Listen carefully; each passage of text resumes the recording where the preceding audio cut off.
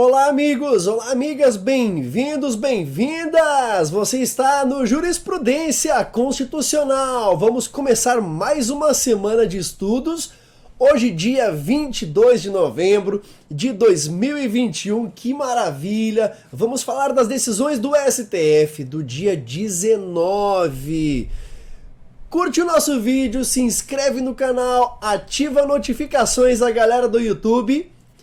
A galera do Insta, muito bom dia! Vamos começar a semana atualizados para uma melhor advocacia, para a preparação para concurso e para o exame de ordem. Vamos adiante, primeira decisão, recurso extraordinário 605.506.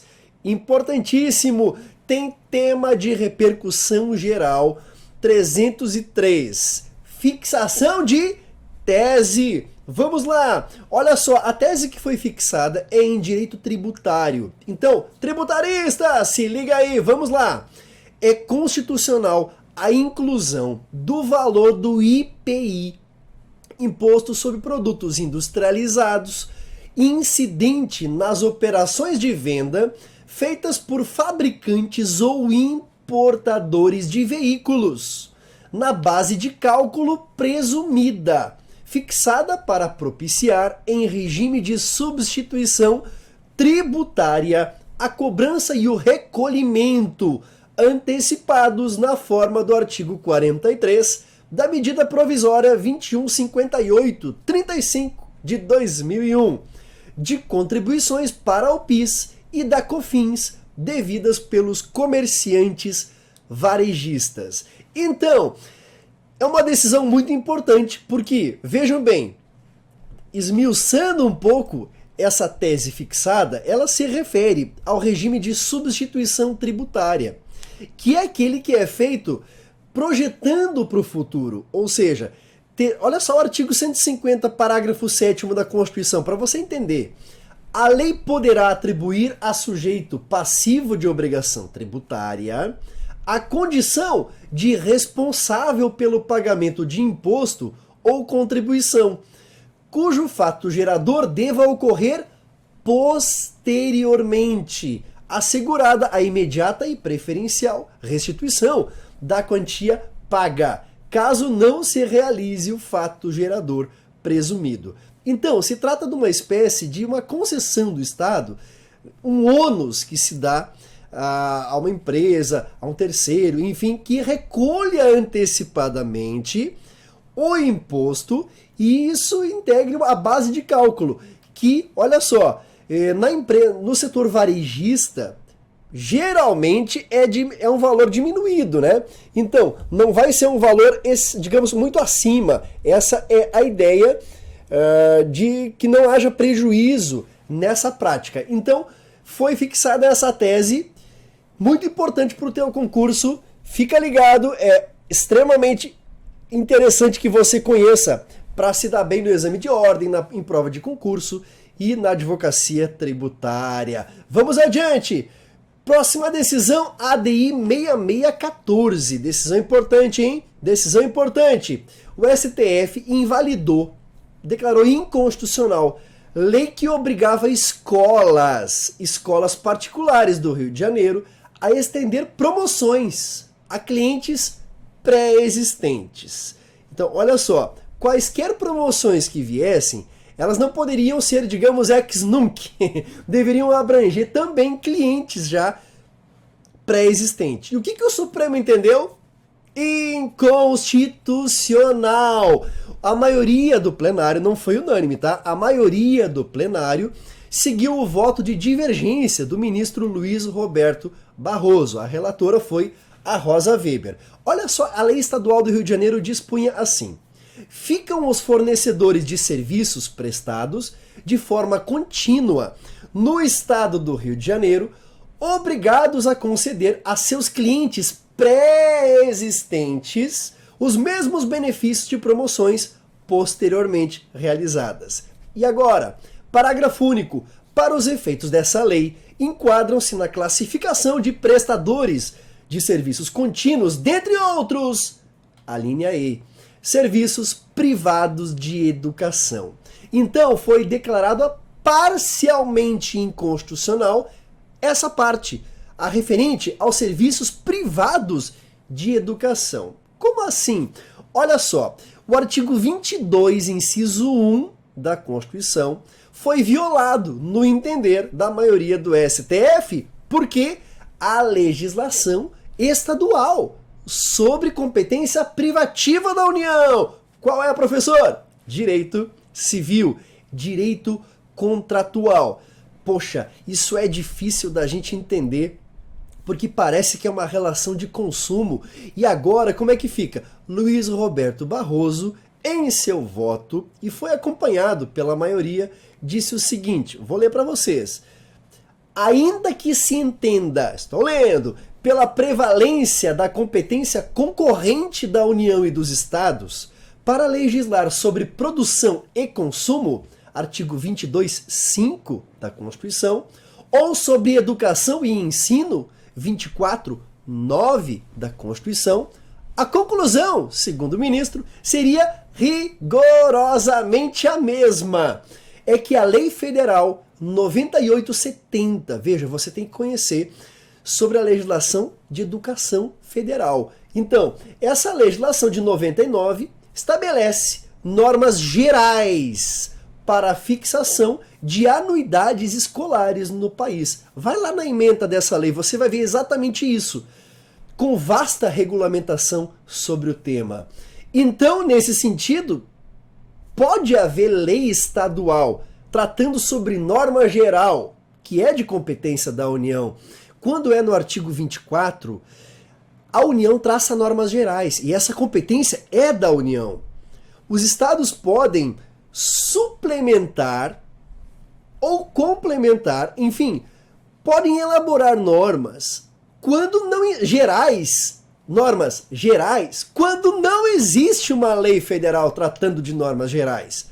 Não é o caso. Então, Luiz Roberto Barroso entendeu que a lei contraria expressamente o artigo 24 e os parágrafos 1º e 2º da Constituição. Ou seja, nesse caso, se você enquadrou como artigo 22.1, certo para você. Se você, direito contratual, se você enquadrou como legislação concorrente, consumo, ensino, no 24.5 e no 24.9, certo para você também, porque existe lei nacional, lei federal de caráter geral. Decisão importante para você ir mexendo um pouco, lidando um pouco com essa questão da legislação, da competência e da inconstitucionalidade formal. Maravilha? Vamos para a próxima decisão, também do STF, e essa foi numa reclamação também apelidada pela doutrina, como é junto ao STF, de reclamação constitucional. Vamos lá, reclamação 49.243. Alô, penalistas! Essa é importante demais para vocês. Detentos têm direito a banho de sol diário, a pelo menos 2 horas. Banho de sol diário. Foi o que entendeu o ministro Gilmar Mendes. Olha só que decisão importante essa reclamação. Vocês já sabem, reclamação é para garantir a autoridade das decisões do STF. Ou então, por exemplo, a validade e a garantia de súmula vinculante. Então, segue o raciocínio. Tem que ter uma súmula vinculante ou uma decisão prévia. E adivinha, nesse caso, teve os dois. Os dois. Vamos lá, a primeira decisão importante para o teu estudo, para a sua prova de ordem, para o seu concurso. Habeas corpus coletivo. 172.136. Uma decisão histórica do STF, que trata sobre estado de coisas inconstitucional. Trata também sobre mínimo existencial, reserva do possível, muito importante. Vou ler um trecho para vocês aqui, é breve, só para vocês visualizarem a importância do que a gente está comentando. Olha só, legitimidade do controle jurisdicional das políticas públicas, inclusive em matéria penitenciária, e a reserva do possível, escassez de recursos e a questão das escolhas trágicas, doutrina alemã, um dilema que se resolve pela preponderância do mínimo existencial, o direito à saída da cela por 2 horas diárias para banho de sol como prerrogativa inafastável de todos aqueles que compõem o universo penitenciário brasileiro, mesmo em favor daqueles sujeitos ao regime disciplinar diferenciado. Aí você pega e puxa a LEP, Lei de Execuções Penais, no artigo 5.2, inciso 4. É esse artigo que estava em jogo nessa reclamação, juntamente com essas decisões do STF que garantiam esse direito aos detentos. Então, nessa reclamação, apenas foi confirmado esse entendimento. E olha só, você concurseiro, cabe habeas corpus coletivo? Sim, está regulado expressamente no direito brasileiro, em alguma norma, em algum programa normativo, algum artigo? Não. Contudo, há o entendimento jurisprudencial que é possível sim. E aqui está um exemplo, se você tinha dúvidas, começa estudando por esse aí, que não vai ter problema. Olha só, habeas corpus coletivo, 172136. Maravilha, li um trecho da tese fixada nesse habeas corpus coletivo. Então, olha quanta informação. Você vai estudar ali sobre reserva do possível, que é quando o Estado condiciona o exercício de direitos fundamentais à existência de dinheiro, ou seja, à existência de recursos financeiros para poder efetivar, segundo aquela ideia de que direitos fundamentais custam dinheiro, e efetivamente muitos deles custam. A ideia é essa: se não tem dinheiro, não há direitos fundamentais. Não. Supremo entendeu que mínimo existencial. Aí você puxa a doutrina de Robert Alexy e você vai ter um vasto manancial para se preparar para concursos públicos, e para a sua advocacia constitucional será ainda melhor. Então, olha só, meus queridos e minhas queridas, outro trecho importante: a cláusula da reserva do possível é ordinariamente invocável aquelas hipóteses em que se impõe ao poder público o exercício de verdadeiras escolhas trágicas, em contexto revelador de situação de antagonismo entre direitos básicos e insuficiências estatais financeiras. A decisão governamental presente essa relação dilemática há de conferir precedência à intangibilidade do mínimo existencial. Então se liga! Mínimo existencial em um estado de coisas inconstitucional. Nessa questão, por exemplo, não se encerra aí, mas por exemplo, do direito ao banho de sol diário dos detentos em pelo menos 2 horas, prevalece o mínimo existencial do que a reserva do possível. Fica ligado! Então, seguindo aqui, olha só, o STF pode agir? Sim. Ele pode agir para, digamos, num estado de coisas inconstitucional para garantir e efetivar direitos fundamentais? É possível esse ativismo judicial nesse aspecto? Sim! E nesse habeas corpus coletivo e nessa reclamação que nós estamos estudando, são trazidos à baila 5 situações em que o Supremo já o fez. Vamos a elas? Olha só a primeira. Recurso extraordinário 592-581.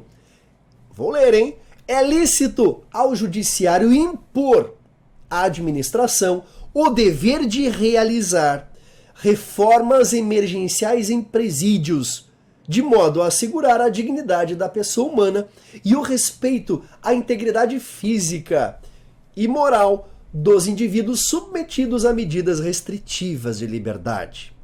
Segundo, a medida cautelar na ADPF 347, que versou sobre a ideia de estado de coisas inconstitucional, que determinou a realização de audiências de custódia e o descontingenciamento das verbas do FUNPEN. Terceira, o recurso extraordinário 580-252. Vai anotando esses números aí.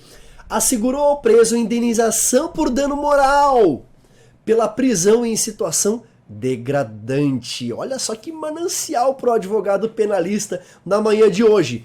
4. O recurso extraordinário 641-320 e a súmula vinculante 56. Esse era o nosso papo inicial, que essa reclamação, ela trata de decisão do STF em habeas corpus coletivo e de súmula vinculante. Qual? A 56, que garantiram o direito do preso à progressão para regime mais benéfico em caso de ausência de vagas em estabelecimento penal adequado. E por último, o habeas corpus 143641, no qual concedeu-se habeas corpus coletivo para assegurar às presas gestantes e mães o direito à prisão domiciliar.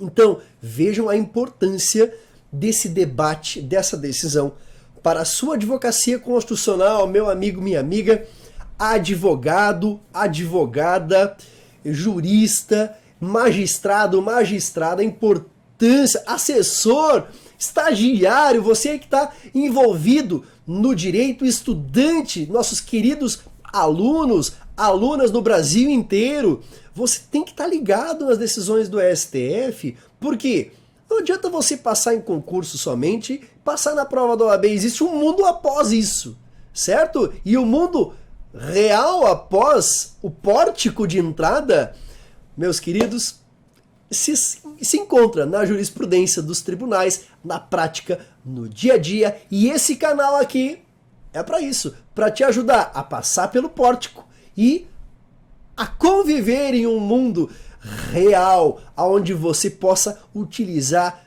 todos os entendimentos mais recentes do Supremo Tribunal Federal e, evidentemente, poder proteger um pouco mais o seu cliente, ou exercer melhor a jurisdição, ou enfim, atuar de uma maneira mais excelente, de excelência. Meus queridos e minhas queridas, o Jurisprudência Constitucional do dia 22 de novembro fica por aqui. A gente se encontra amanhã na próxima edição. Grande abraço a todos e a todas. Até mais!